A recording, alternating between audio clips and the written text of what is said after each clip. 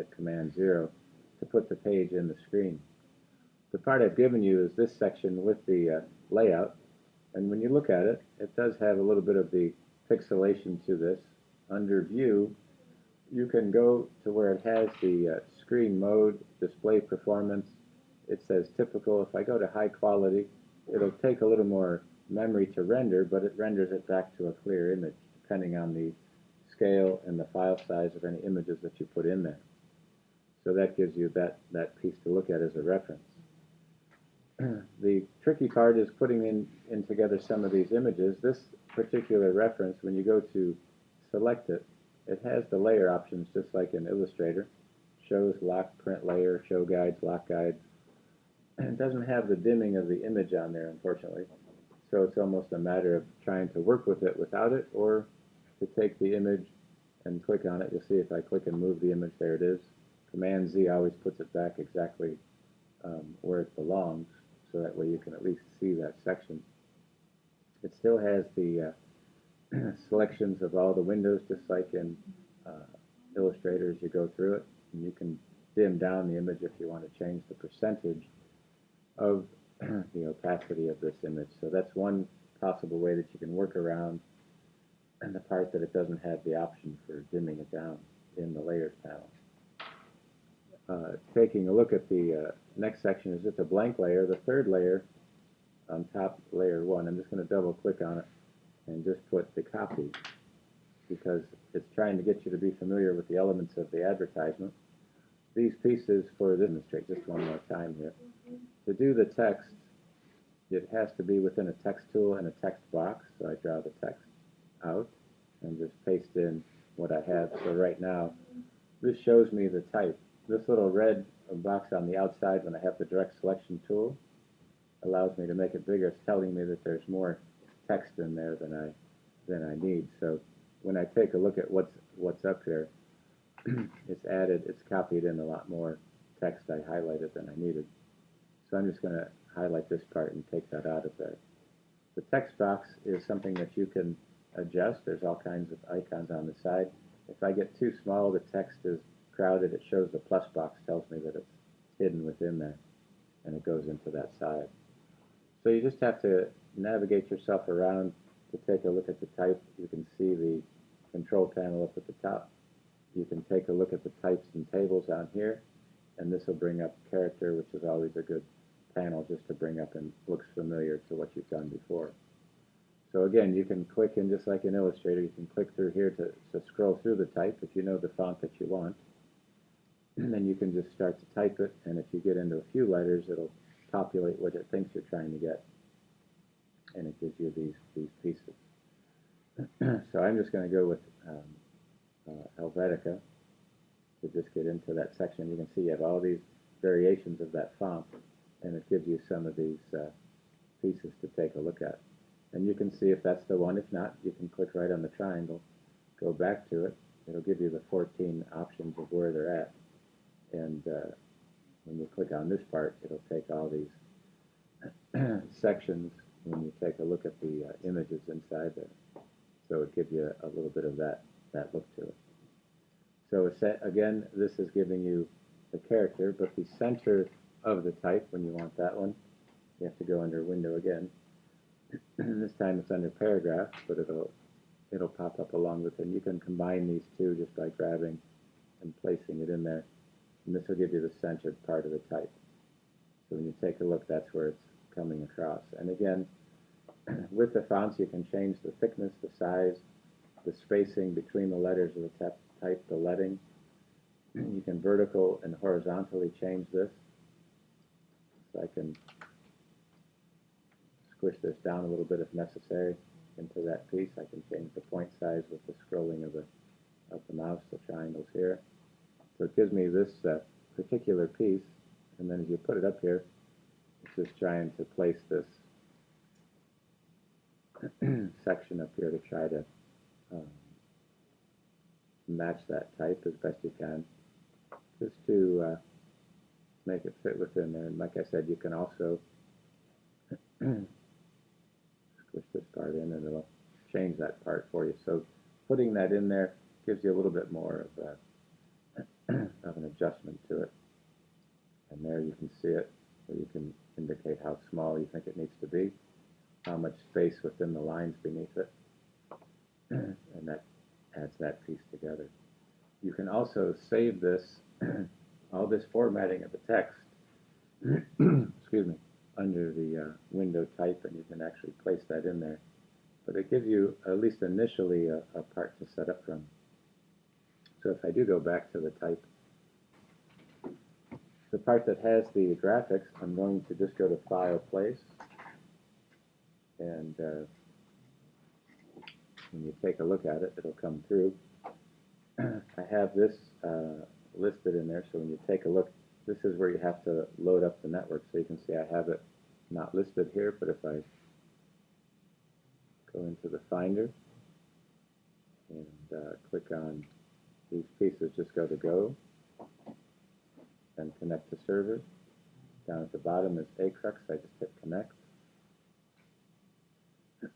Take a minute to connect to that server, but here it is under Digital Art. I click OK, and then go right back to the file that was having me locate it. We're here, so I'm just going to replace, go to the place again, just to show it to you. Here's ACRUX, and it's going to load the file, and this is the one as a group of you guys putting it together. Under Juniors at the top, under the Health, there's this circle graphics that shows you. So if I click on the first one, this is the ping file. You can see you have all of them here listed in there. So I'm just going to take the first one to show you, and I'll click on it. It'll come into, see if it's going to place it on here.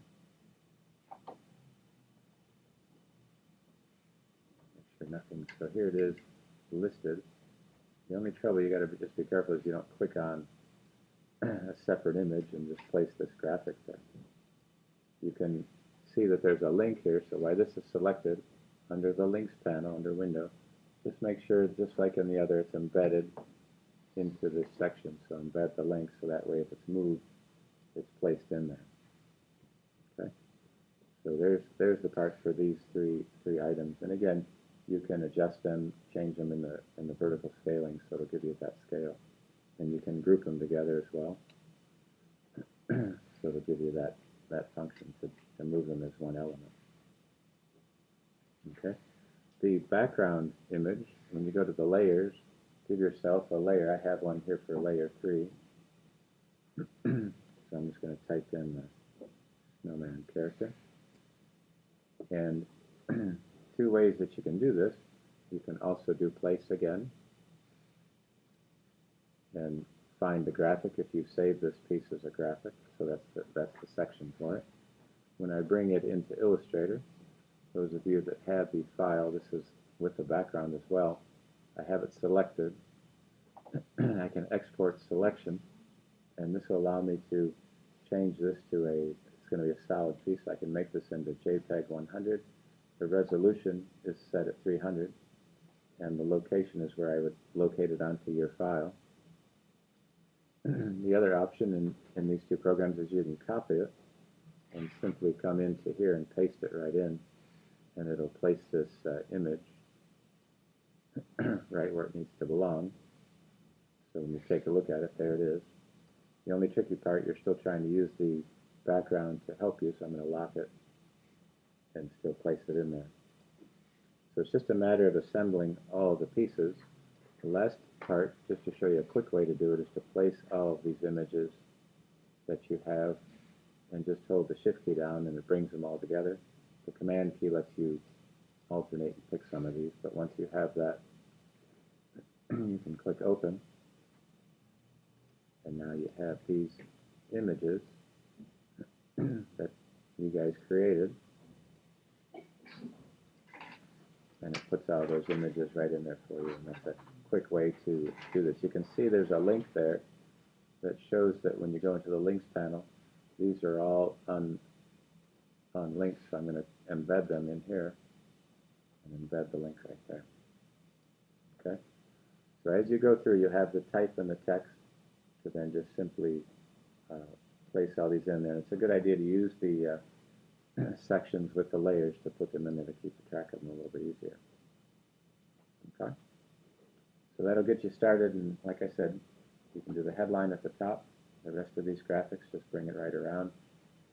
And there is a way to save the formatting as a graphic element, which I'll show you in a moment. Okay. The part, if you go through the top of this and you're able to create this image, you see that you have the placement of the graphic. This section that has the realistic, I've grouped this together so I can simply ungroup it. But this part here that has be realistic, like I said, you can go through this because if you put your character there, you'll have the background color, and you might want to change this so at least you can locate where the color is. Up at the top you have the section here with all the different colors listed in a couple different formats. This is the CMYK, which is the cyan, magenta, yellow, and black. It gives you a number of color choices from here, and also some different color groups and libraries. So here it's showing all of the different swatches, but it does give you that option to pick a few colors to try it out. So if you want to experiment with that as well, once you set this little paragraph here with all the formatting, both in the paragraph of being centered, if you've done anything with the vertical or horizontal scale or anything that's placed in here, you can then click on this and go into what they call the character styles. So under Window, there's a Styles panel that has character, object, paragraph styles. So depending on what these are, I'm going to click on the paragraph, and when I do that, when it's selected, I just come over here to where it says create a new style, and this will be listed, and I can click on this to change it if I want to change the name. It gives me all kinds of functions in here to option from, and this will give me the style, and I can change that piece if I need to. Click OK. So now when I go into this selection, as I zoom out, just to show it through, I'm going to hide the character of the snowman just to take a look at this part, and again taking the text tool, clicking this selection, copying it, and zooming in to where it has to be placed, taking the text tool and just making a text box and pasting it in there. So you can see everything is listed in there. Just let the hand go into there. Now if I go into the section that has the styles right here and click on it, it'll take all the formatting that was up there and automatically place it right within that section. And then I can adjust it, adjust the text box in there to fit the scale. I can bring it up so it's not too all over the place there. I can use the arrow keys to bump this together. And now if I say volunteer, like I said, it says to reach out. Once I have one of these too, I can just option and drag that across and select that, and it'll give me that piece. And that's another way to do it. I can also click on that and make it a layer style, and when I double click on the title, just put heading for that, and that makes it that easy. But again, this is just as easy to take and copy, showing you two different ways to put that in there.